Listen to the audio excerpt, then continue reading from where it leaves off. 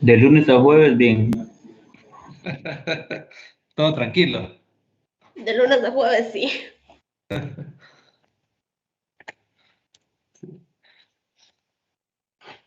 Algo tiene que estar difícil, no todo va a ser fácil.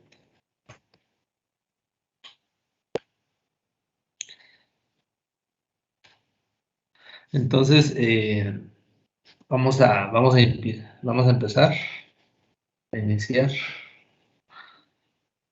Vamos a ver, Diego Josué Martínez está por ahí. Sí, ingeniero. Buenos días. Buenos días, Diego. Así en un minuto, Diego, ¿de qué trató la clase del viernes? Vamos a ver. El viernes hablamos sobre oxisales, también sobre los iones, Los iones, ajá. ¿qué más? Hidróxidos y solo eso. Solo eso. Sí, Vamos a ver, Edgar Lucero. ¿Qué más puedes agregar ahí a lo que dijo Diego? Gracias, Diego.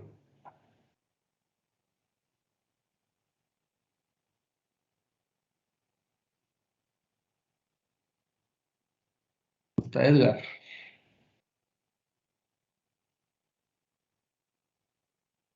Y Ludwig.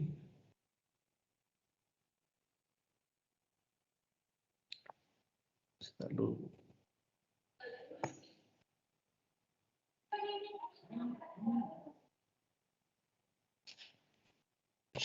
A él no le sirve el micrófono, ingeniero, Salud. por su problema de salud. Oh, gracias. Muy bien. Entonces vean solo a manera de resumen, igual el video, para los que lo vieron hasta el día de ayer, trataba principalmente de oxácidos, hidróxidos, oxisales, ¿verdad?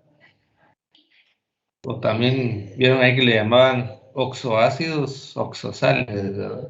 Ahí mismo la parte de los aniones poliatómicos o los oxianiones, y que estos son los que para la nomenclatura de oxisales en este caso serían cuaternarios. Entonces los compuestos cuaternarios están formados por cuatro tipos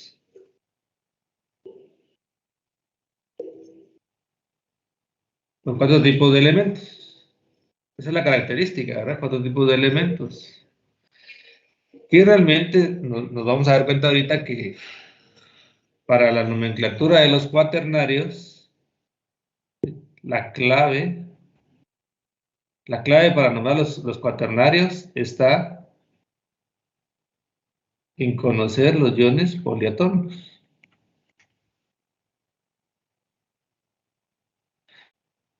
Entonces se recuerda que el viernes estábamos viendo que este era un listado de algunos iones poliatómicos más comunes, ¿verdad? Por ejemplo, estos dos tienen carga de +1. Estos son iones, son cationes, ¿verdad? Son cationes poliatómicos. Y de aquí para abajo son aniones. Son aniones, ¿verdad? Son poliatómicos. Todos estos de aquí tienen carga de -1, ¿se dan cuenta? Estos de aquí tienen carga de -2. Y el de carga de -3, el más común, es el ion fosfato, ¿verdad? PO4 -3. O 3 menos, ¿verdad? Los van a encontrar así, por ejemplo, el sulfato lo pueden encontrar así. O puede que lo encuentren así, ¿verdad? 2 menos. Ustedes están con el ingeniero Chonay, ¿verdad? En edafología. Sí. El ingeniero Chonay creo que acostumbra a ponerlos así, si no estoy mal, no sé si han visto alguno del... Sí, así los pone. Así, ¿verdad? Sí. Él acostumbra a manejarlos así. Y entonces, por ejemplo, Dentro de los compuestos cuaternarios, de los primeros que podemos hablar son de las sales dobles. Es de las sales dobles. Y la característica de las sales dobles es que contienen dos metales más, ¿sí? Dos metales más un anión poliatómico. Es decir, un oxianión. O este sería cualquiera de estos, ¿verdad? Y hay muchos más, pero estos, digamos, son los más comunes. Dos metales más el anión poliatómico. Entonces, por ejemplo, si tenemos este compuesto,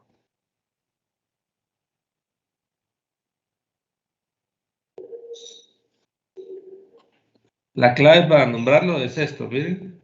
Identificar el anión poliatómico. ¿Cómo se llama este? Este anión poliatómico. Sulfato. Lo buscamos aquí y lo encontramos aquí, ¿verdad? Sulfato. Es el ion sulfato. Entonces este se va a llamar sulfato. Como es una sal doble, tenemos que agregarle la palabra doble. ¿Sí? Sulfato doble, miren. Eso me va a indicar ya cuando yo miro que es doble, automáticamente estoy identificando. Llevo a esta parte de sulfato, sulfito, terminación ato, hito, y después doble, identifico que es una sal doble cuaternaria, ¿verdad? Sulfato doble de potasio y sodio. Sulfato doble de potasio y sodio. Y de esta manera estamos llamándole aquí. Ingeniero, Ajá. tengo una duda. Cuando nos dan los dos metales, ¿qué metal colocamos de primero? Hay una norma, tal vez no tan escrita, pero se habla de que se pone el menos electronegativo. Regularmente se sigue ese orden, ¿verdad? Que los menos electronegativos a la izquierda y los más electronegativos a la derecha. Entonces veamos, por ejemplo, la electronegatividad. Aquí está. El sodio tiene 0.93 y el potasio 0.82. ¿Sí? Entonces alguien me va a decir, entonces lo más correcto es que no debería estar así, sino que debería de estar aquí, ¿verdad? Y debería llamarse sulfato doble de sodio y potasio. Para mí esto es muy irrelevante, ¿verdad? Para mí esto es muy irrelevante. Al final lo que me interesa, digamos, a mí aquí, una sal doble es, por ejemplo, yo les podría preguntar qué elementos puedo aportar si yo aplico una sal doble con tal nombre, ¿verdad? Y ustedes se van a identificar la cantidad. Vamos a ver la parte ahorita, cuando entremos a reacciones, lo que más me va a interesar de repente es el peso de la sal, el peso molecular de la sal. Entonces, digamos, el orden de esto, para mí es muy irrelevante, ¿verdad? Sulfato doble de potasio y sodio, o de sodio y potasio, me está indicando los mismos compuestos, los mismos elementos. Entonces, conmigo no va a tener ese problema, porque no es relevante, ¿verdad? Cómo vaya, en este caso, cada uno de ellos. Está bien, gracias. Excelente. Entonces, por ejemplo, si yo tengo este de aquí también,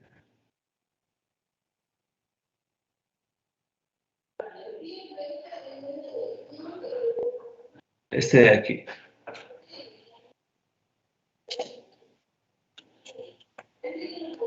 ¿Cómo se llama este de aquí?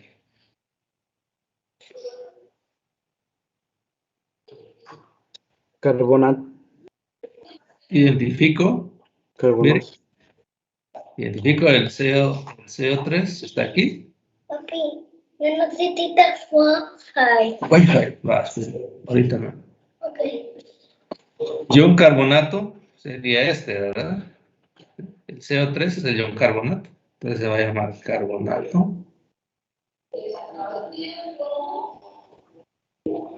Carbonato doble.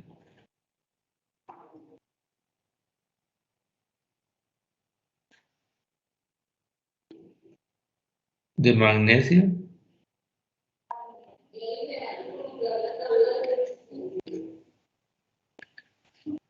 Potasio. Carbonato doble de magnesio y potasio, se llamaría este. Entonces, si se dan cuenta, no hay una... no es complejo, ¿verdad? No es complejo nombrar. De repente lo que se puede complicar un poquito es la formulación, pero no nos vamos a meter a la parte de la formulación esta, ¿verdad? Que nos va a llevar más tiempo, entonces... Más que todo es... necesitamos nombrar. Igual eso lo van a encontrar en internet, entonces no le vamos a poner mucha atención a esto. ¿Alguna otra duda con sales dobles?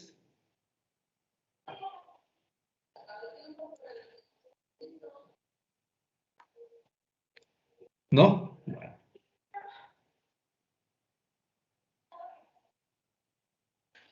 Entonces, los siguientes cuaternarios serían sales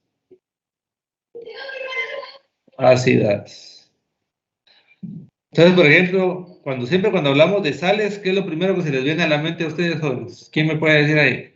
¿Qué es lo primero que ustedes dicen cuando me hablan de sales? ¿Qué es lo primero que pienso? Dos ácidos. ¿Será?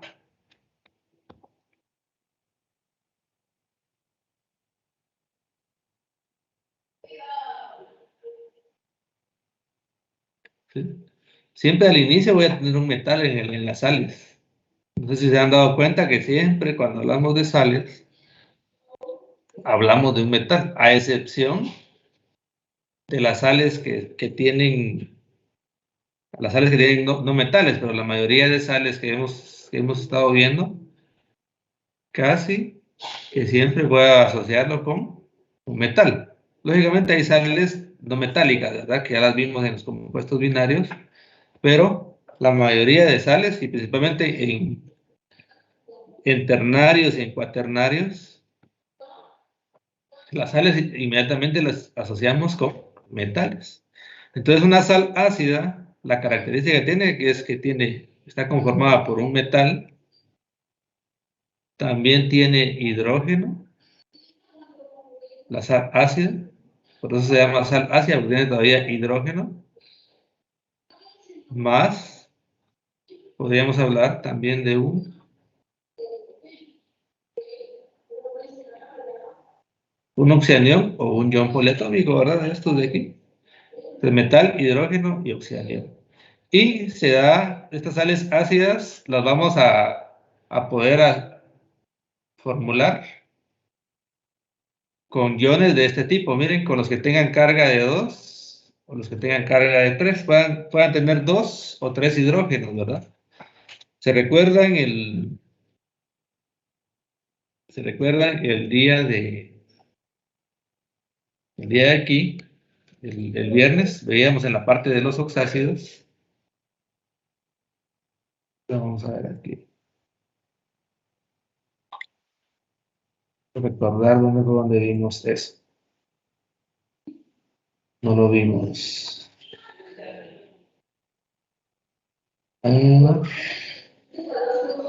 Si no lo vimos, quiero repasar eso. Quiero revisar aquí si lo vimos.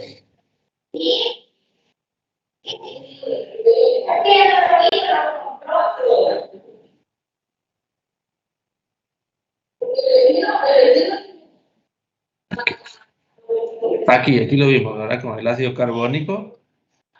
Que el ácido carbónico puede perder 1 o 2 hidrógenos. Así es. Entonces vamos a repasarlo aquí. Entonces, por ejemplo, el ácido carbónico el ácido carbónico, tiene una primera disociación. ¿Se recuerdan que era cuando les decía el viernes la disociación? ¿Qué es la disociación, jóvenes? Vamos a ir recordando conceptos ahí.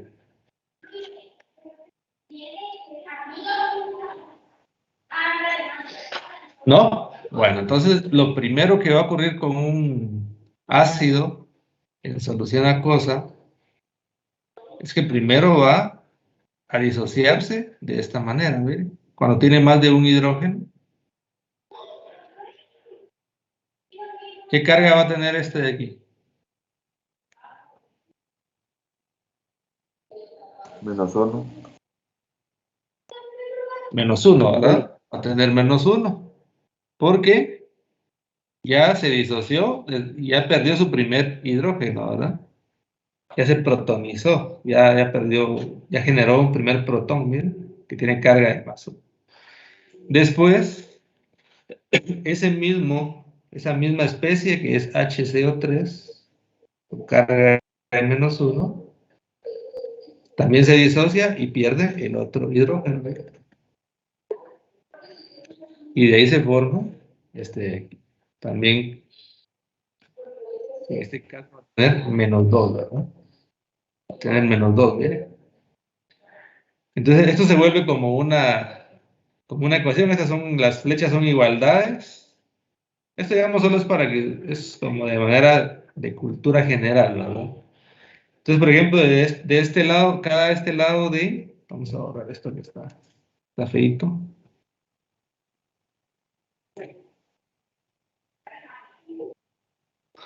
Entonces, en cada flecha que hay aquí en las ecuaciones de las reacciones, esto se puede asociar con una igualdad. Entonces, si hay especies iguales del otro lado de la igualdad, se tiende a eliminar. Miren, este sería como un sistema de ecuaciones. Yo puedo decir que este y este se eliminan, y por eso es que queda de esta manera la ecuación. Miren, se baja el HCO3, o sea, el ácido carbónico. ¿Qué se hace con estos hidrógenos? Se baja. Se suman, ¿verdad? Están en el mismo lado de la ecuación, no se anulan. Estos se anularon porque están en distintos lados de la ecuación, ¿verdad? Y de esta manera es que está la ecuación general para el ácido carbónico. Alguien me va a decir, pero fíjese que yo también he visto que el ácido carbónico se descompone y se puede formar CO2 y agua, ¿verdad? CO2 y agua también puede ocurrir eso, pero para efectos de las sales ácidas, yo les quería mostrar esto. ¿Por qué? Dentro de todas las especies que se forman en este proceso, la que nos interesa para las sales ácidas es esta de aquí, miren, HCO3, con carga de -1, HCO3. ¿Pero para qué hice todo esto? Para poder entender la parte de las sales ácidas, que hay ácidos que no pierden todos sus hidrógenos de un solo, sino que esta es la primera ionización y esta es la segunda ionización, ¿verdad? Donde va a ir perdiendo hidrógenos. Por ejemplo, el ácido fosfórico, para formar el fosfato, hace hasta 3 ionizaciones para perder sus hidrógenos. Entonces, ¿hacia dónde quiero llegar? Este tipo de ácidos, como el ácido carbónico, el ácido sulfúrico, ¿sí?, el ácido crómico, pueden formar sales ácidas. ¿Y de qué manera? Por ejemplo, si la especie HCO3 con carga de -1 se une, por ejemplo, con el sodio, vamos a poner el potasio. Entonces, miren, a diferencia de una sal doble, en lugar de tener 2 metales, ahora se tiene un metal y un hidrógeno y el oxianión. Entonces, ¿cómo es la forma de nombrarlo? Igual que las otras sales. Se pone el nombre del oxianión. ¿Cuál es el oxianión? El CO3, ¿verdad? Buscamos aquí. Ya vimos que es el carbonato, entonces este se va a llamar carbonato. Carbonato ácido. ¿Por qué se llama ácido? Porque lleva hidrógeno todavía, ¿verdad? No es un ácido como tal, pero sí tiene que llevar el nombre ácido. Es lo que lo distingue, ¿verdad? Ahí va aquí doble, aquí es ácido de potasio, ¿verdad? Carbonato ácido de potasio. Por ejemplo, este de aquí, vamos a ver aquí.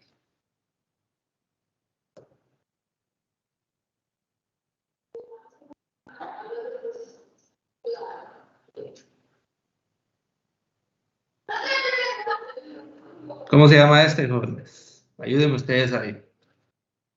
Vayan haciendo eso porque de una vez, vamos a ver aquí. Tienen que entregar evidencia el día de hoy, ¿verdad?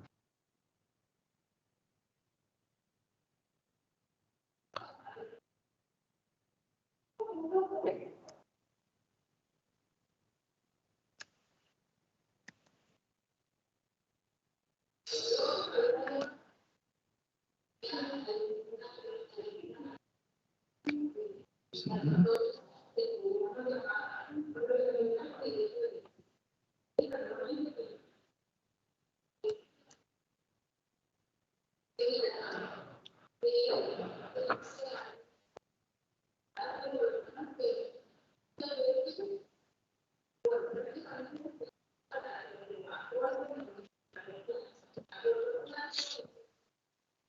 Bueno, entonces, ¿cómo se llamaría este?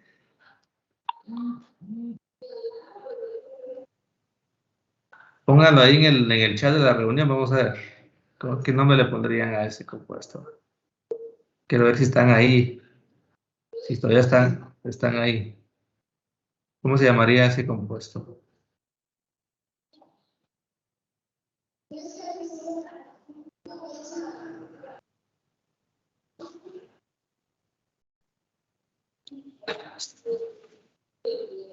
O puede que también lo vayan a inventar de esta manera, ¿no?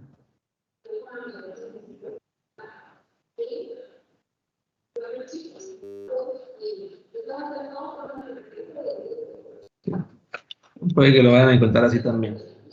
Nada, es lo mismo, ¿ves?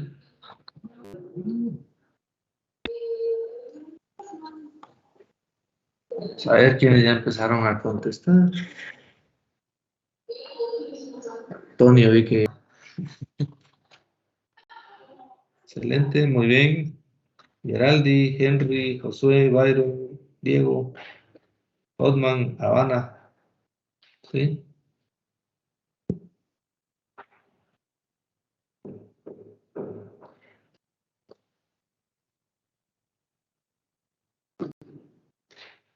Muy bien. También Edgar, Ludwig. Excelente, jóvenes.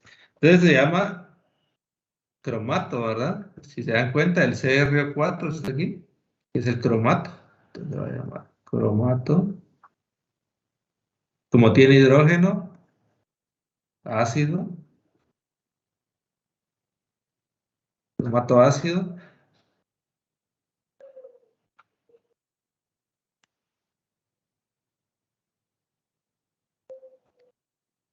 Cromato ácido de calcio. Como tiene dos hidrógenos, también pueden que en algún momento vayan a encontrar ustedes y sea cromato diácido, ¿verdad? Porque tiene dos hidrógenos. Cromato diácido. Cromato diácido de calcio porque tiene dos hidrógenos, ¿no?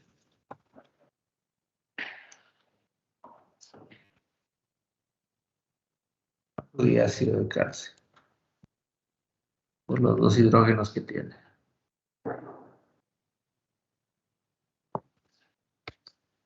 ¿Alguna duda con las sales ácidas, jóvenes? Muy bien, gracias Luis, Fernando también por participar. ¿No?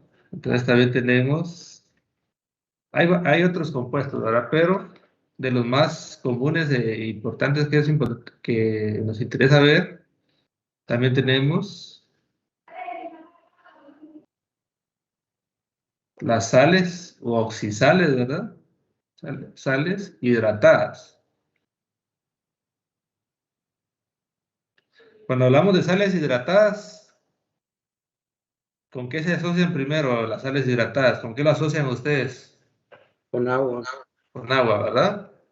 Entonces las sales hidratadas tienen agua en su estructura, a pesar de ser sólidas, ¿sí? Porque realmente las sales, al ser compuestos iónicos, están en estado sólido a temperatura ambiente, pero tienen agua en su estructura. Tienen agua en su estructura. Entonces, por ejemplo, ¿cuál es la característica de las sales hidratadas? Es que, digamos, es una sal común, una oxisal. Vamos a poner esto de aquí. ¿Cómo se llama este? Joder. Sulfato de cobre. Sulfato de cobre. Entonces vean aquí, ¿verdad? Sulfato.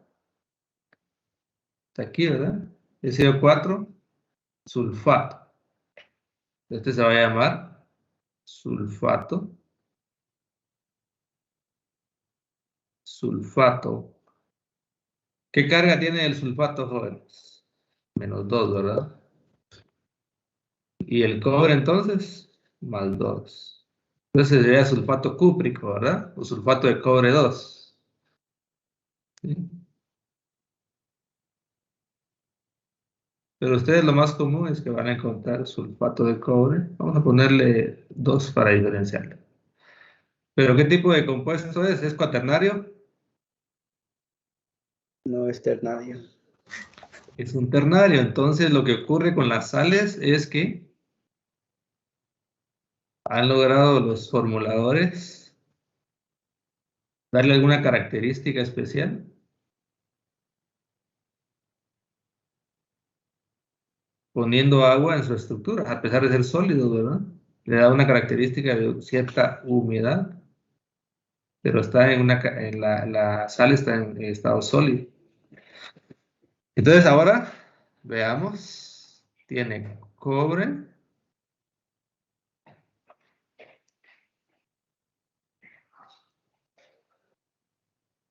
tiene azufre, tiene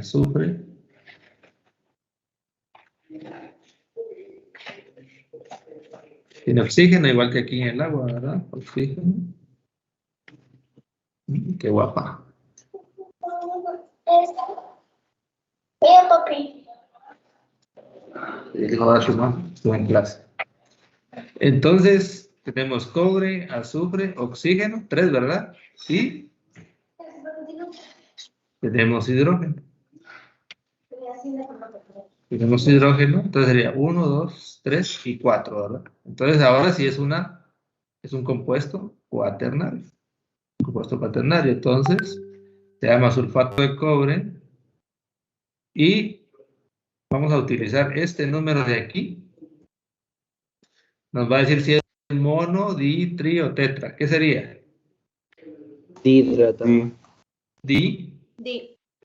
¿Y cómo se llaman sales hidratadas? Dihidratado. Dihidratado. Dihidratado.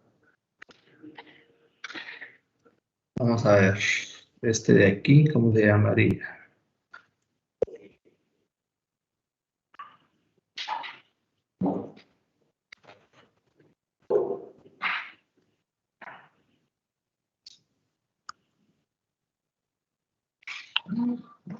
¿Cómo se llamaría ese? Ahí pónganmelo en el chat.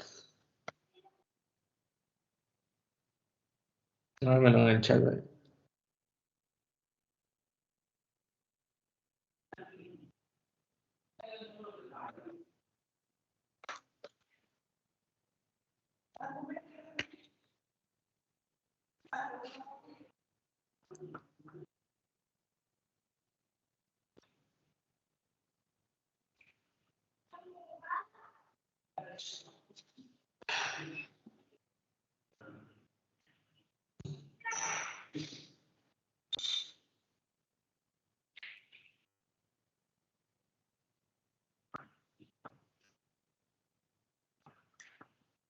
Permanganato, ¿verdad? Sí.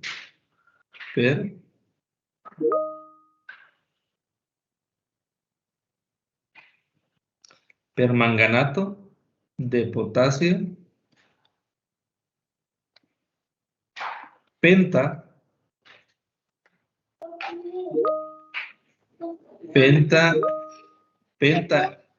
Ay, calle, yo no puedo, nena, no puede. Todo tú estás. vaya, Para darme este papo. bien. Entonces vamos a poner ahora. Sí.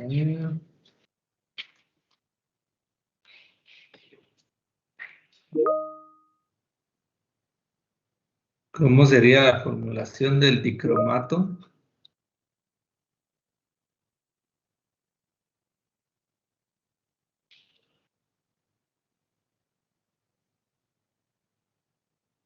Muy bien, gracias ahí a los que estaban participando. Permanganato de potasio pentahidratado, ¿verdad?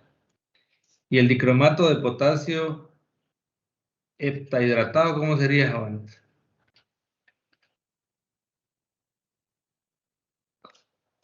Pueden ir haciendo su evidencia ahí, ¿verdad? Dicromato de potasio heptahidratado, ¿cuál sería la fórmula?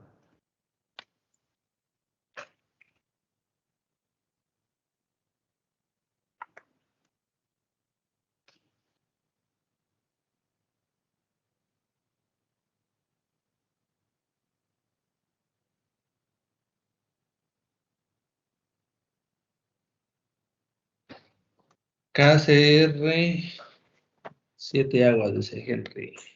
Quiero. Wow.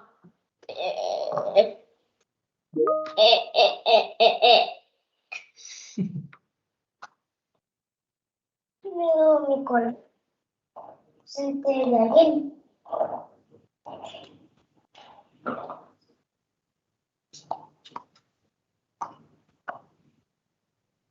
Hay una cola tirada ahí para coser. Au. Aquí me vuelve todo. Otman dice 2 KCr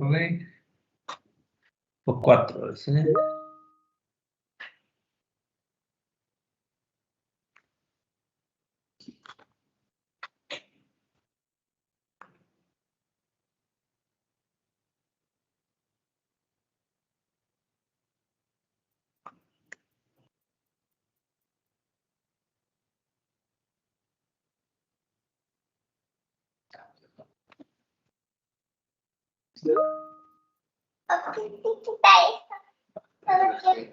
Ustedes están en clase, ¿sí? Vamos. Venga. Muy bien, entonces sería dicromato de potasio. ¿Dónde está el dicromato? Vamos a buscarlo aquí en el listadito. Dicromato. CR2O7, ¿verdad? CR2O7. Muy bien, jóvenes. Gracias. CR2.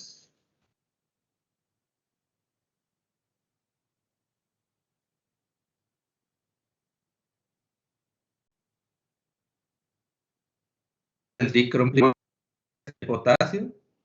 Sería el dicromato de potasio. El potasio, recuerden que es +1, entonces necesitamos 2 potasios, ¿verdad? Porque es +1. Sería K2CR2O7, sería dicromato de potasio. Y me está diciendo que es heptahidratado. Vamos a ponerle aquí. 7 moléculas de agua.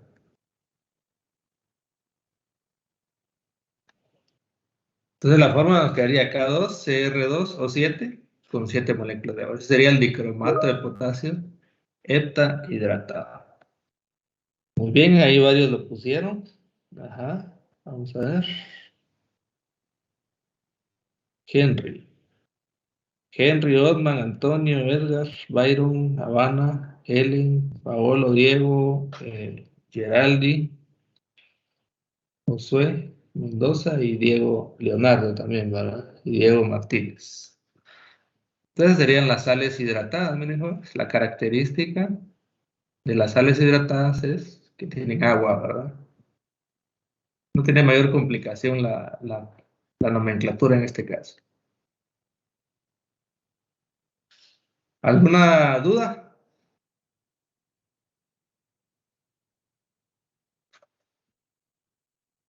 ¿No? Miren que no hay dudas. Igual cualquier duda que pueda generárseles después, con gusto, ¿verdad? Pueden consultar, no hay problema. Saliendo ya terminando de la nomenclatura, entramos a la parte de las reacciones químicas.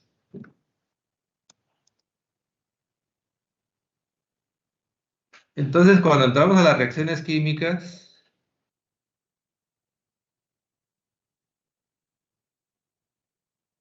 hay una característica, ¿verdad? Que podemos decir que las reacciones químicas, una reacción química es un proceso por el cual ciertas sustancias llamadas reactivos,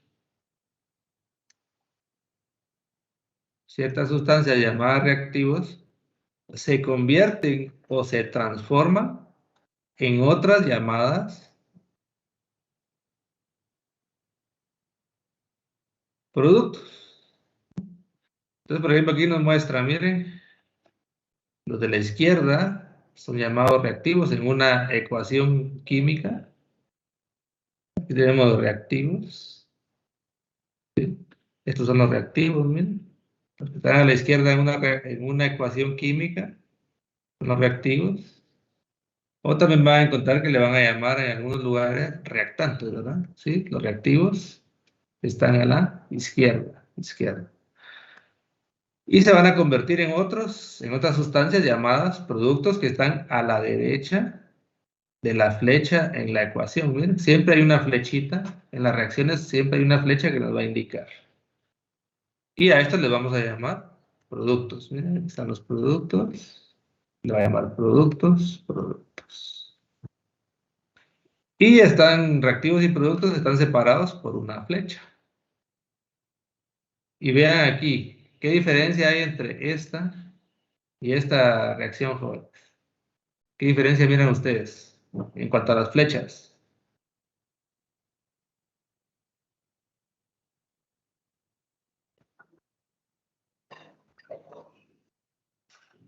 ¿Qué diferencia miran? ¿Qué diferencia observan? ¿Aló? ¿Están por ahí? ¿Qué pasó? ¿Tienen otra tarea o qué? La cantidad de flechas, no. Sí, en esta de arriba la flecha solo está a la derecha y esta, miren, derecha e izquierda, ¿verdad? Significa que se puede hacer a la inversa. Ajá, entonces, por ejemplo, esta reacción de aquí, si yo solo pongo una flecha, estoy hablando de una reacción que es irreversible. Estoy hablando de una reacción que es irreversible. Pero si estoy mostrando dos flechas de una reacción, estoy hablando de que esta también puede ser reversible, ¿verdad? Que esta reacción es reversible. Entonces voy a tener la que va hacia la derecha, siempre le voy a llamar la reacción directa, la que va a la derecha.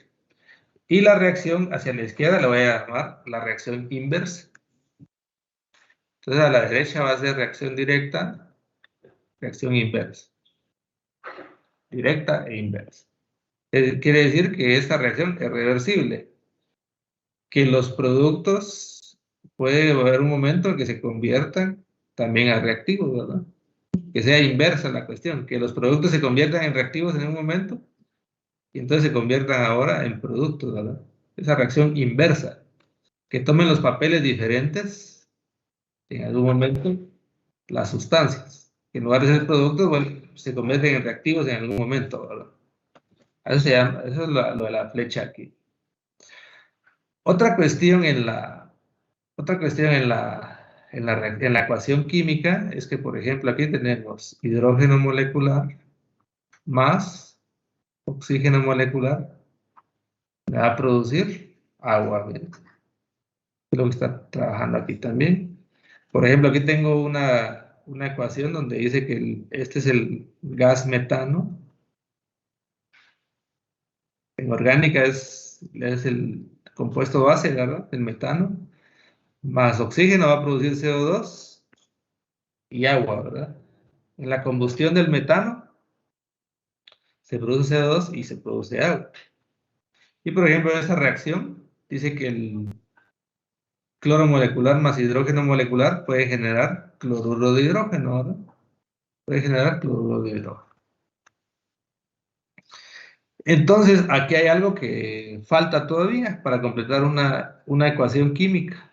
Y lo que falta es que se debe de cumplir la ley de la conservación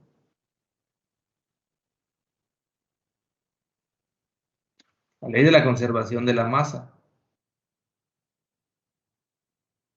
que va muy de la mano con la ley de la conservación de la materia. ¿Quién se la sabe? ¿Qué es esa ley de la conservación de la materia de la masa? El de la materia es la materia no se crea ni se destruye, solo se transforma. Sí, que la ley de la conservación de la materia dice que la materia no se crea ni se destruye, solo se transforma. Y esto es lo que está ocurriendo en las reacciones químicas. Esta materia que tenemos y que llamamos reactivos, durante el proceso de cambio solo se va a convertir o solo se va a transformar, ¿verdad? No se va a crear ni se va a destruir. Solo se va a convertir, solo se va a transformar en nueva materia con el reacomodo. Entonces, ¿qué es lo que ocurre? Lo que ocurre es que se da un reordenamiento de los átomos y se rompe y se forman enlaces químicos. Entonces, ¿qué es lo que ocurre aquí? Por ejemplo, miren, aquí se rompen estos enlaces y se forman nuevos enlaces, miren. Aquí se rompe el enlace entre oxígeno, oxígeno, hidrógeno, hidrógeno, y ahora en el reacomodo o en el reordenamiento de los átomos se van a generar nuevos enlaces, Aquí, por ejemplo, se rompe aquí, y se van a generar nuevos enlaces, ¿bien? Se generan nuevos enlaces. Aquí también hay una ruptura de enlaces. ¿Sí? Nueva ruptura y se generan nuevos enlaces, ¿bien? Se generan nuevos enlaces. Entonces, a lo que voy es que en esa ley de la conservación de la materia también va incluida la masa. ¿Qué es la masa, jóvenes? ¿Qué es la masa? La cantidad de materia que ocupa un cuerpo. Es la cantidad de materia, por eso es que hablamos de la ley de la conservación de la materia. Entonces son cantidades de materia. Entonces aquí estamos hablando de una reacción, intervienen cantidades de materia, cantidades de sustancia.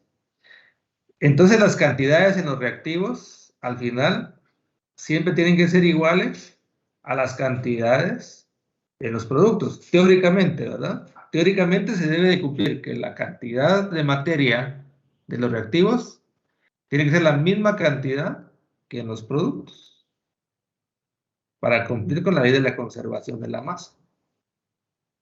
Después en el camino se puede perder alguna sustancia que no la identifiquemos, pero eso ya es en forma práctica. En forma teórica, la cantidad de átomos que hay en reactivos tiene que ser la misma cantidad que hay en productos. Y eso lo vamos a trabajar más adelante cuando veamos balanceo de ecuaciones, de reacciones. Pero veamos de una vez aquí. ¿Cuántos átomos de hidrógeno hay en esta reacción? 2. 2. ¿Sí? En los reactivos, ¿verdad? ¿Y en los productos? 2. Están balanceados los hidrógenos. Mire, quiere decir que aquí se está cumpliendo con la ley de la conservación de la masa. Veamos con el oxígeno. ¿Cuántos oxígenos hay aquí? 2. 2.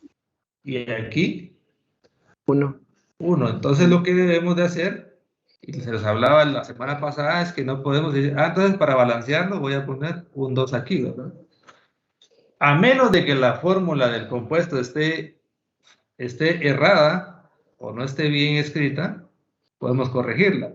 Pero de lo contrario, nosotros no podemos decir y cambiarle cambiarle los numeritos, los subíndices a las moléculas, ¿verdad? Lo que sí podemos trabajar es cambiar el valor estequiométrico,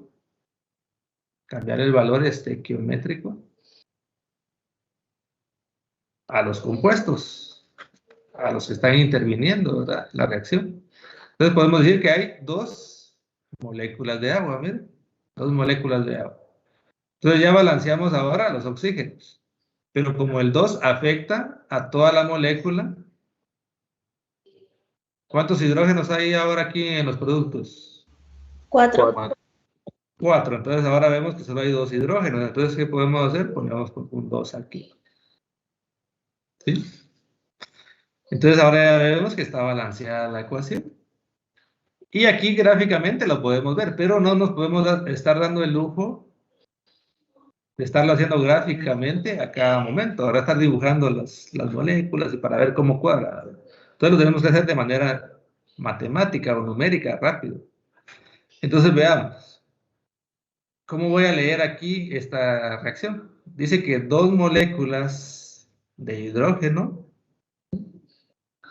más una molécula de oxígeno me van a producir 2 moléculas de agua. Y con eso estoy cumpliendo la ley de la conservación de la masa. O también lo puedo leer de la siguiente manera. 2 moles de hidrógeno molecular más 1 mol de oxígeno molecular me producen 2 moles de agua. Entonces ve aquí está hecho para moléculas. Miren. 2 moléculas de hidrógeno más 1 de oxígeno me va a producir 2 moléculas de agua. Yo puedo producir con 2 moléculas de hidrógeno y 1 de oxígeno 2 moléculas de agua. Por ejemplo, aquí con una molécula, aquí ya está balanceada, miren, con una molécula de cloro y una molécula de hidrógeno, yo puedo producir 2 moléculas de cloruro de hidrógeno. Y si estuviera en solución la cosa, ¿cómo se llamaría el HCl?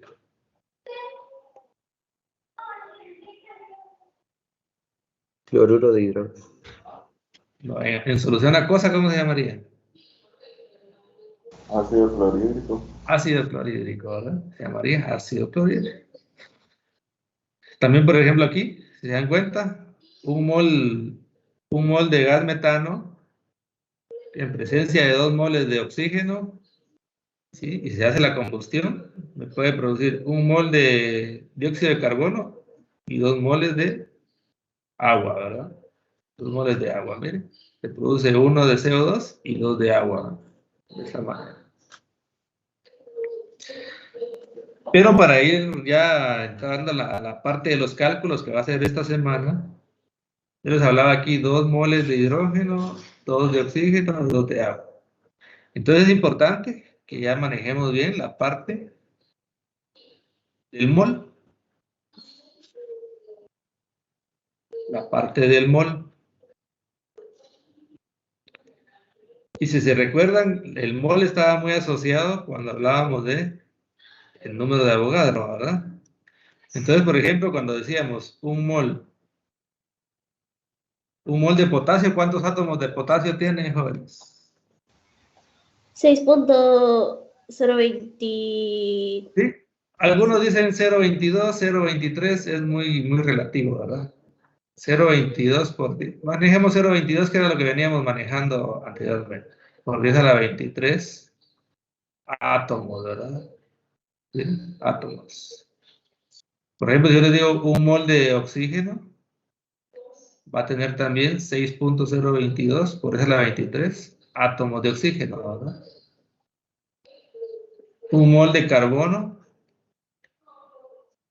6.022 por 10 a la 23 átomos de carbono. Pero, ¿qué es el mol, jóvenes? Ayúdenme ustedes, ¿qué es el mol? ¿Es una medida? Una medida, ¿verdad? De la cantidad de materia. Una medida de la cantidad de sustancia. Cuando digo una medida de cantidad de materia, estoy hablando de masa, ¿verdad? De masa.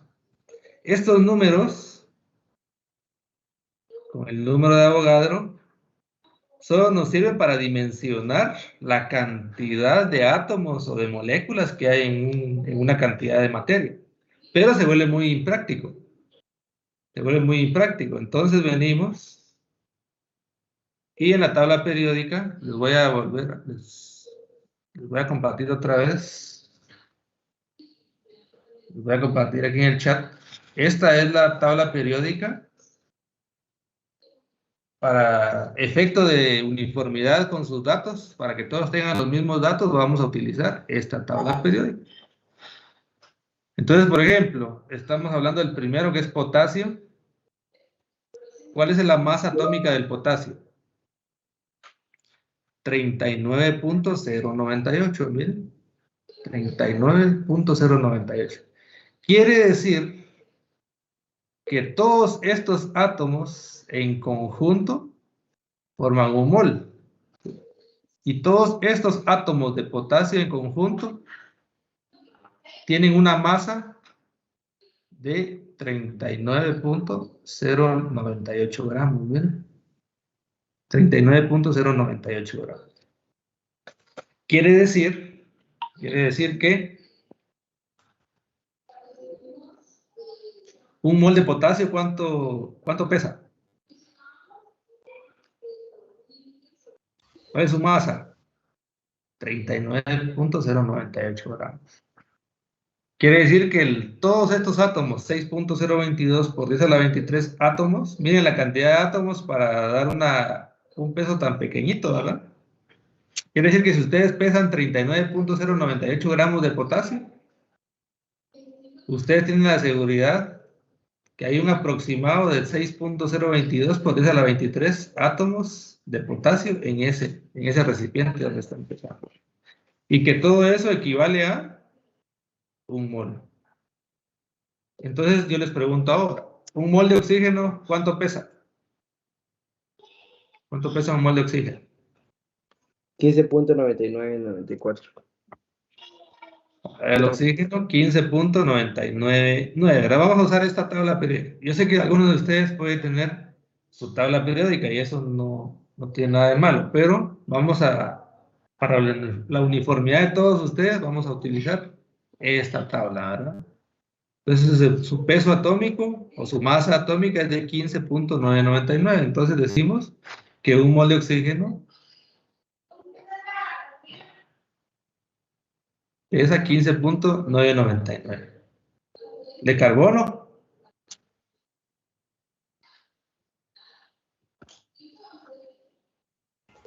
12.011. 12.011. 12.011 gramos. ¿Sí? Entonces, el mol está relacionado, cuando hablamos de átomos, está relacionado con el peso atómico, ¿verdad? O masa atómica. Entonces ustedes van a dar cuenta que cuando, por ejemplo, les toque llevar física, les van a decir que peso no es lo mismo masa. Incluso aquí creo que lo vimos, ¿verdad? Que peso y masa no es lo mismo, pero a nivel de química, cuando decimos peso, estamos hablando de una cantidad de materia. Es que en química se acostumbra a que peso y masa prácticamente es lo mismo, pero a nivel de física se van a dar cuenta ustedes que no es lo mismo, ¿verdad? Pero en química ustedes van a decir peso y masa, van a trabajar con lo mismo. Entonces, por ejemplo, si yo les pregunto a ustedes, ¿cuántos gramos de calcio?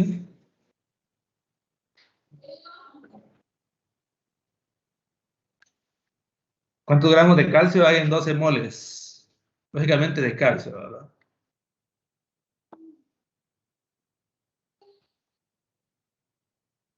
¿Cuántos gramos de calcio hay en 12 moles de calcio?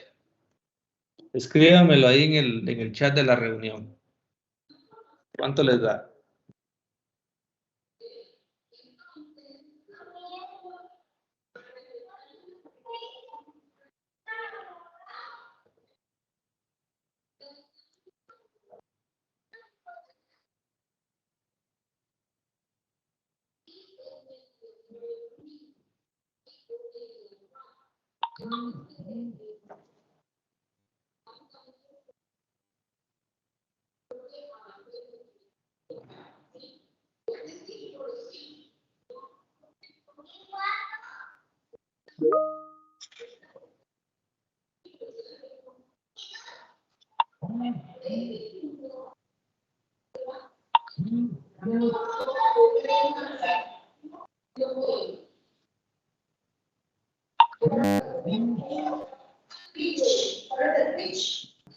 Entonces yo sé que un mol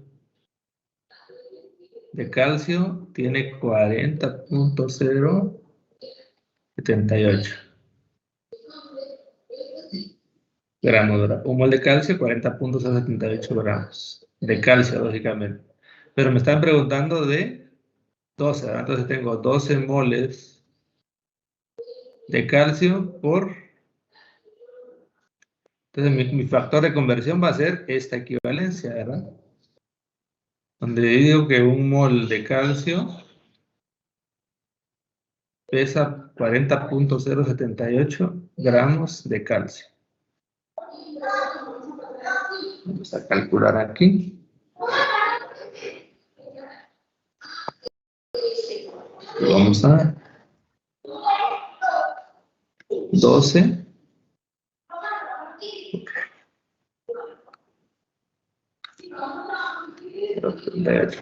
480.936 480.936 gramos. Si alguien quiere aproximar, sería 480.94 gramos, ¿verdad? Si alguien quiere aproximar a solo un decimal, sería 480.9 gramos. Y si quieren solo con números redondos, sin decimales, 481 gramos, ¿verdad? Todo va a depender de la manera en que se les pueda pedir. ¿Sí? Entonces sería, hay 480.936 gramos de calcio, ¿verdad? Lógicamente de calcio. En 12 moles de calcio. Veamos si es al revés. Si yo les digo cuántos moles... ¿Cuántos moles de hierro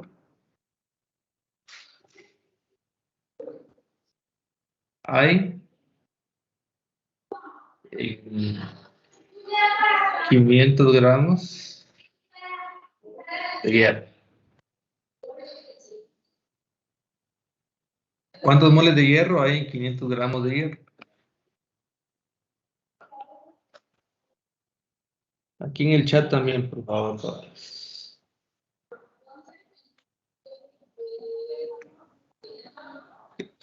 Recuerden ir haciéndose evidencia, ¿verdad? Es parte de la evidencia que tienen que ir haciendo.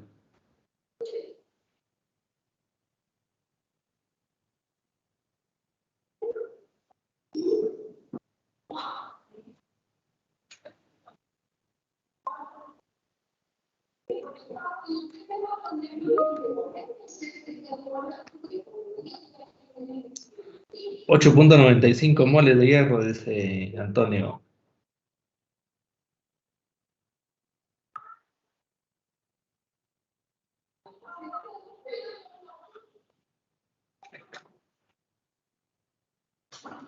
También Henry, 8.95, dice.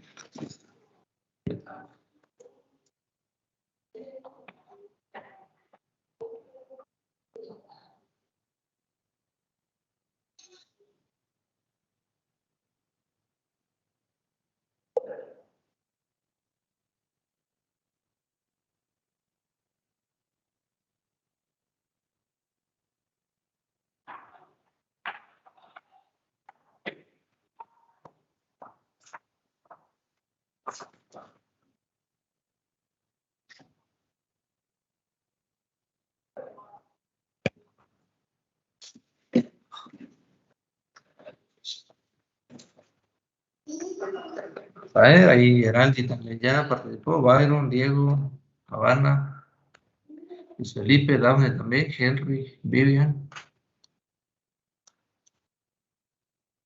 Excelente, jóvenes. Para eso, la equivalencia que me interesa es saber cuántos gramos pesa un mol de hierro. Hierro, 55.845. 55.845 gramos de hierro.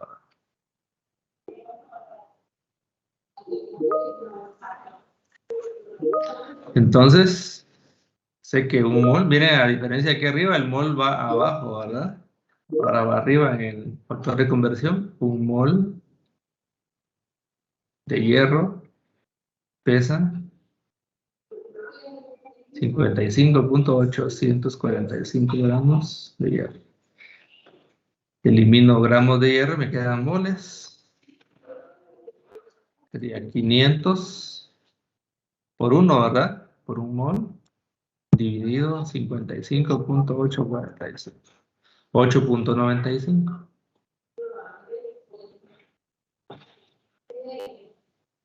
Moles de hierro. Entonces, en 500 gramos de hierro, nosotros sabemos que hay 8.95 moles del mismo hierro. Hasta aquí lo que nos está sirviendo es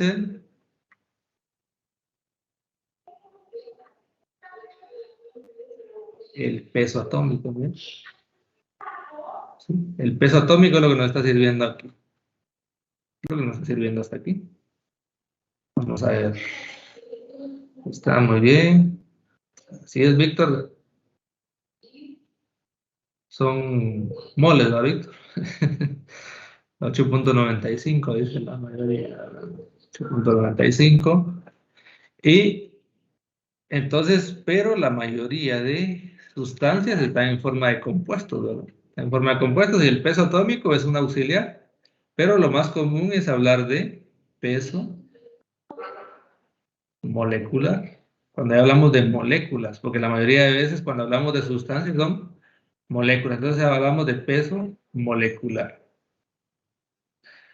Que también van a encontrar en algunos textos, o alguien les va a decir, cuando alguien les diga el peso fórmula, también es válido, ¿no? Peso molecular o peso fórmula.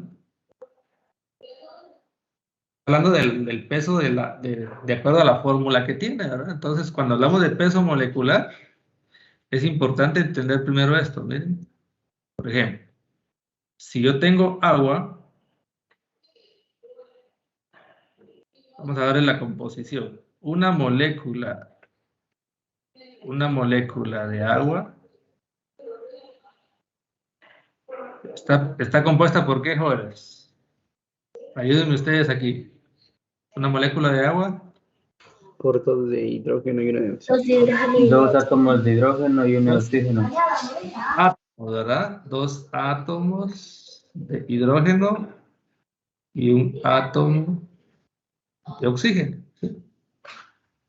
2 átomos de hidrógeno y un átomo de oxígeno. A nivel molecular, hablamos de esta manera, ¿verdad? Una molécula de agua está formada por 2 átomos de hidrógeno y un átomo de oxígeno. Si hablamos con número de Avogadro, 6.022 por 10 a la 23 moléculas de agua está formada por ¿cuántos átomos de agua?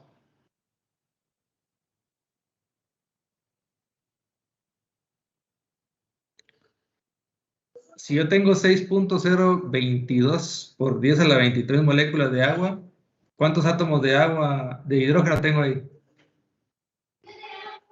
1, 2.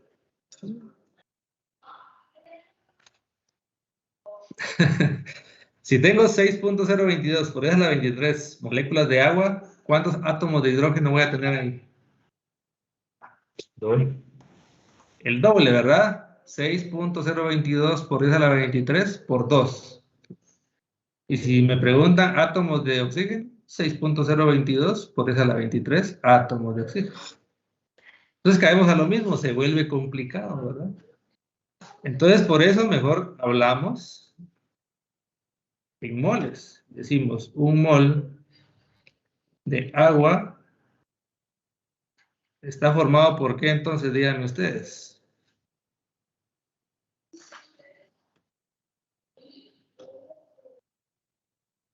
Ayúdenme ustedes aquí. Un mol de agua está formado por ¿qué? 2 moles de hidrógeno y 1 mol de oxígeno. Por 2 moles de hidrógeno y 1 mol de oxígeno, miren. Así está conformado un mol de agua, por 2 moles de hidrógeno y un mol de oxígeno. Lo que tienen que tener claro es que mol no es lo mismo a decir molécula, ¿verdad? ¿Sí? No es lo mismo. Un mol no es lo mismo molécula. Un mol tiene 6.022 por 10 a la 23 moléculas. Entonces, si ustedes dicen un mol, no es lo mismo a decir una molécula, ¿verdad? Porque muchas veces se confunden con eso. Y dicen, yo tengo un mol, es lo mismo que una molécula. La molécula se utiliza para hacer la representación, cómo se va a hacer la formación. Pero, lógicamente, tenemos millones de moléculas en un mol. Entonces, para que lo tengan bien claro ahí. Entonces, hacemos la misma, se puede hacer la misma, inferir a partir de esto, ¿bien? Yo me puedo orientar a partir de esta proporción para hablar de moles también, ¿verdad? Entonces, un mol de agua está conformado por 2 moles de hidrógeno y un mol de oxígeno. Entonces, cuando hablamos de peso molecular o peso fórmula, es la sumatoria de todos los moles que lo conforman. Entonces, un mol, si yo les digo el peso molecular del agua, entonces,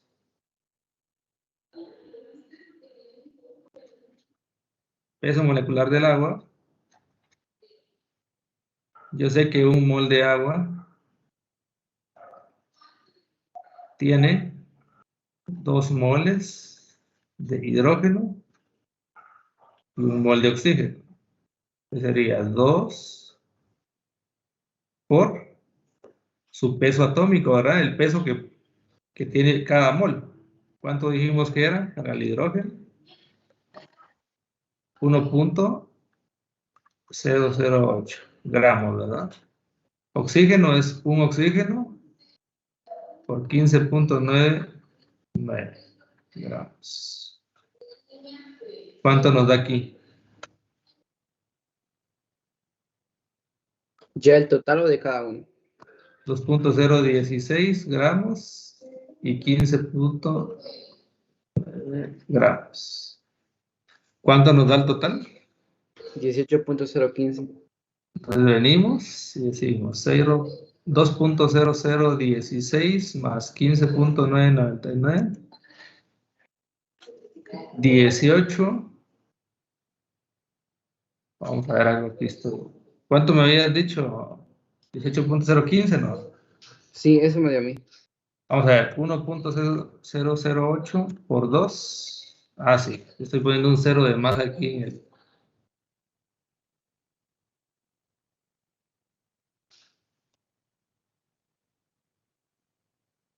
Estoy poniendo un 0 de más, ¿verdad? Entonces sería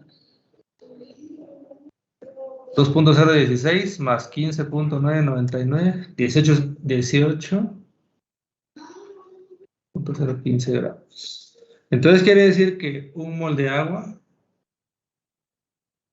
pesa 18.015 gramos, ¿verdad?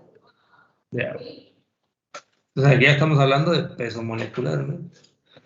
¿Y qué nos ayudamos de los pesos atómicos de cada elemento que está conformando la molécula? De cada compuesto. Entonces, por ejemplo, me van a decir algunos, pero aquí lo más práctico es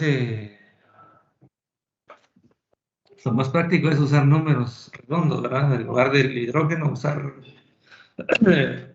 1, porque vamos a usar 1.008, ¿verdad? Por ejemplo, en el oxígeno, ¿por qué usar 15.999 cuando podemos usar 16? Sí, más adelante lo vamos a ir haciendo, ¿verdad? Pero ahorita solo quiero que vayan viendo de esta manera los números promedios de las masas atómicas, ¿verdad? Que en algún momento podemos ver que no afectan, pero por ejemplo, vamos a buscar uno por aquí, en el boro. Miren, en el boro, si yo aproximo y uso 11, por ejemplo, aquí me estoy comiendo 29, o le estoy poniendo de más 29 centésimas, miren, 29 centésimas. 29 centésimas aquí. De más, por ejemplo, en el En el magnesio, si yo lo aproximo a 24, estoy quitándole 305 milésimas de gramo. 305, ¿sí? Milésimos de gramo, o miligramos, ¿verdad? 305 miligramos. Entonces ahí ya va afectando bastante. Pero, por ejemplo, en el oxígeno le estamos quitando solo 1 miligramo, ¿verdad? Aquí ya de repente ya no afecta tanto, ¿no? 1 milésima de gramo, 1 miligramo. De repente aquí no va a afectar mucho cuando hagamos el cálculo, pero hay compuestos de que sí, por ejemplo en el hierro, miren. Si nosotros usamos 56, estamos aquí quitando prácticamente 155 miligramos o milésimas de gramos. Entonces ahí debemos de cuidar esa parte, ¿verdad? Que de repente cuando dicen, usemos números siempre aproximados, termina siendo un dato muy erróneo. En el oxígeno, en el hidrógeno de repente no va a afectar mucho, pero por el momento lo estamos trabajando así. Entonces, por ejemplo, si yo les pregunto a ustedes ¿cuántos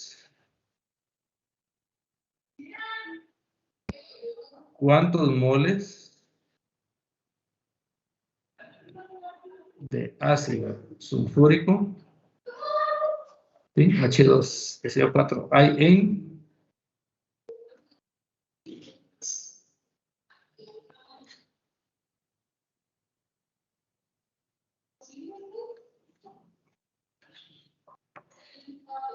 ¿cuántos moles de ácido sulfúrico hay en 1000 gramos de ácido sulfúrico? Entonces, lo primero que tienen que hacer ahí es encontrar el peso molecular del ácido sulfúrico. El peso molecular del ácido sulfúrico.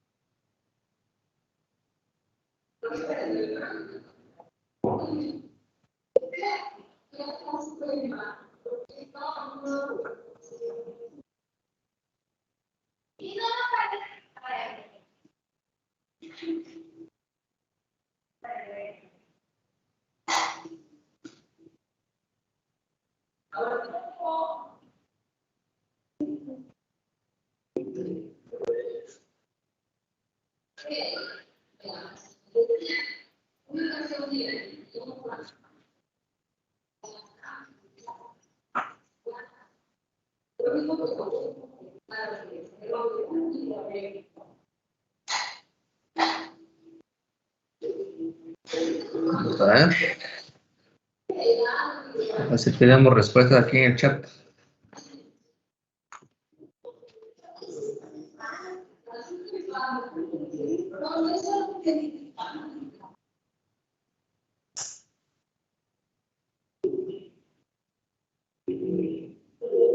O pónganlo primero aquí en el chat cuánto les dio del peso molecular del ácido sulfúrico. Antonio ya puso de una vez los moles que hay de ácido sulfúrico. 10.2.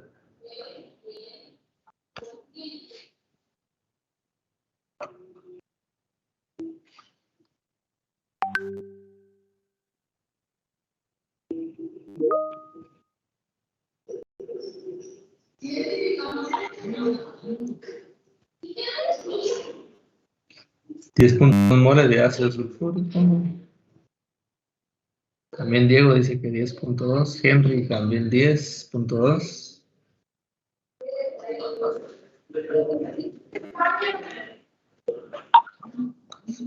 Diego dice que el peso molecular de ácido sulfúrico le dio 98.072, ¿verdad? Gramos por mol, ¿verdad?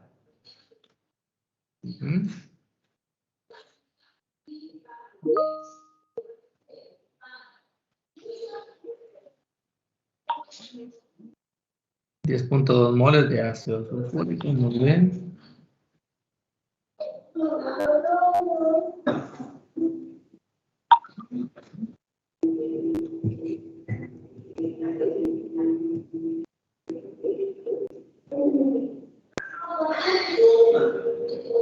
98.072 gramos.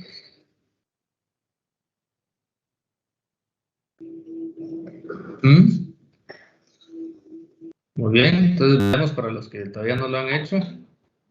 Muy bien, gracias Felipe, Dafne, Edgar, Otman, Byron, Vivian, muy bien. Entonces veamos aquí, para que comprueben ustedes.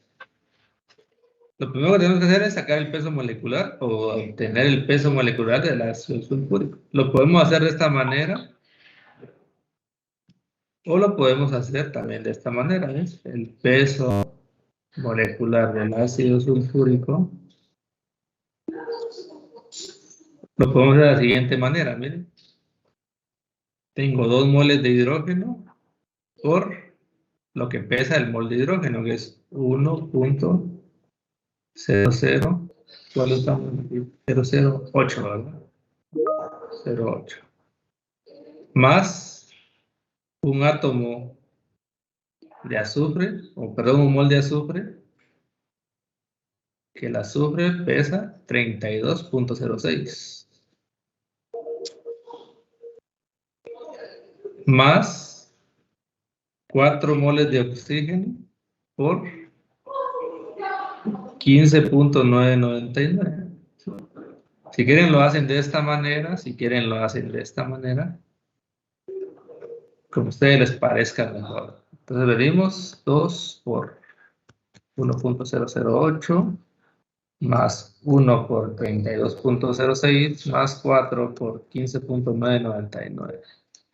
98.072 gramos, ¿verdad?, de ácido sulfúrico. Entonces sabemos que un mol de ácido sulfúrico es equivalente a 98.072 gramos de ácido sulfúrico. Entonces podemos hablar que el peso molecular de ácido sulfúrico es 98.072 gramos por mol, ¿verdad? Eso sería el peso molecular de ácido sulfúrico. Pero a mí me están preguntando a cuántos moles equivale los 1000 gramos, ¿verdad? Entonces vengo y digo, tengo 1000 gramos de ácido sulfúrico y mi mi factor de conversión va a ser el peso molecular, donde me indica que un mol de ácido sulfúrico pesa 98.078 gramos de ácido sulfúrico. Elimino gramos de ácido sulfúrico y me va a dar, vamos a ver, 10.2, 10.2, 10.2, 10.19, coinciden prácticamente, ¿verdad? Entonces vamos a ver, 1000 gramos por 1 dividido 98.078. Entonces tenemos 10.19 o 10.20, ¿verdad? 10.195 o 10.20 moles de ácido sulfúrico. Entonces, si yo peso 1000 gramos de ácido sulfúrico, yo puedo tener la certeza de que tengo 10.20 moles de ácido sulfúrico. ¿Sí? Si yo necesito tener 1000 gramos y quiero saber cuántos moles equivale, son 10.20 moles de ácido sulfúrico. Y la última, para ir terminando, sería al revés.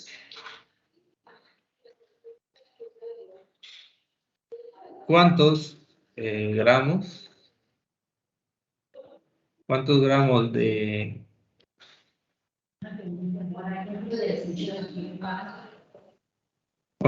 de sulfato cúprico hay en 25 moles, ¿verdad? Lógicamente de sulfato cúprico también, ¿verdad? Sulfato cúprico. Primero que hay que hacer es sacar el peso molecular del sulfato cúprico.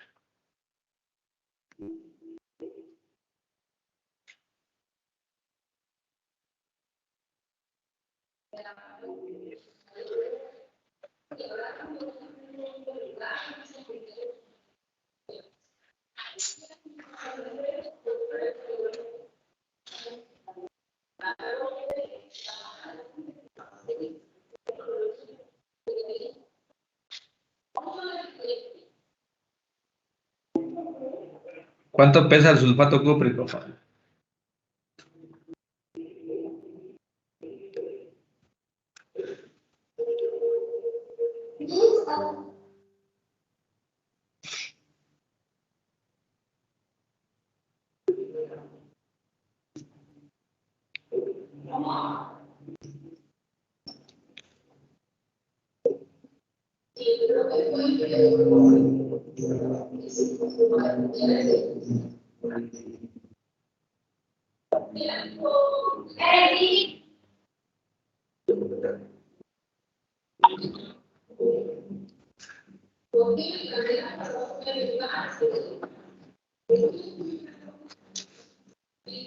$159.608, dice Otmar.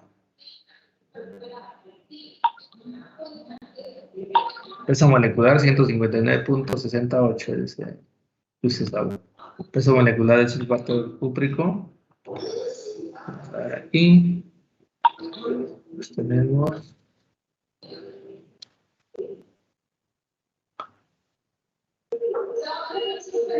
un cobre por 63.546. 63. Más un azufre que tiene 32.06 más 4 oxígenos que tienen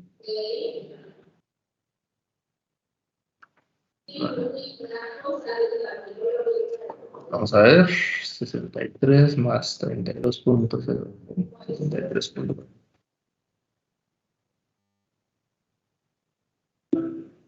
63.546 más 32.06 más 4 por 15.999 $159.600, ¿verdad?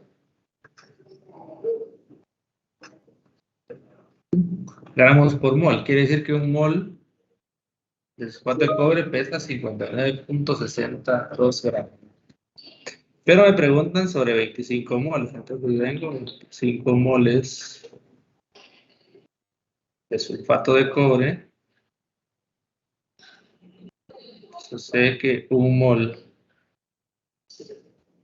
de sulfato cúprico pesa 159.602 gramos de sulfato de cobre.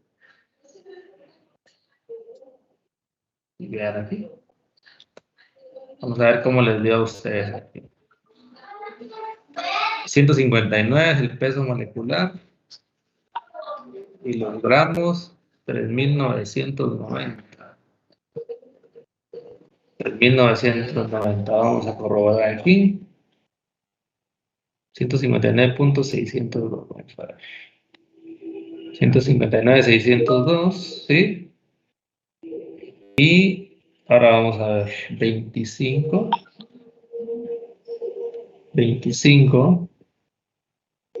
por 159.602. 3.990.05. 3.990.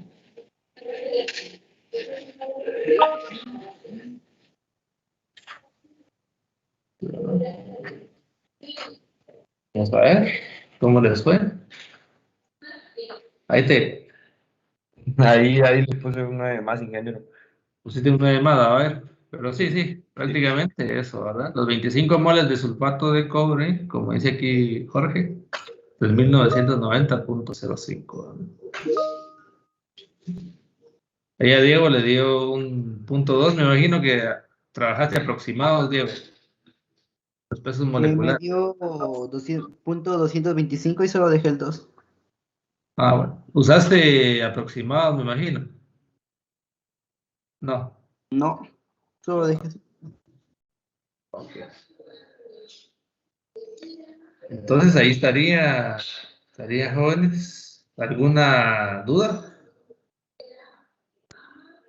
¿Alguna duda? Esto se vuelve así como que muy mecánico, ¿verdad? Muy práctico, muy mecánico. Porque es importante que manejen bien esto porque nos va a servir para hacer todos los demás cálculos en las reacciones también, ¿verdad? ¿Estamos? Sí, ingeniero. Entonces, si no hay dudas, que estén bien. Que estén bien ahí, que Dios me los bendiga y siempre con cuidado, jóvenes. Nos vemos el jueves. Feliz día, ingeniero. Gracias. Gracias, ingeniero. Pase feliz tarde. Cuídense. Feliz tarde, ingeniero.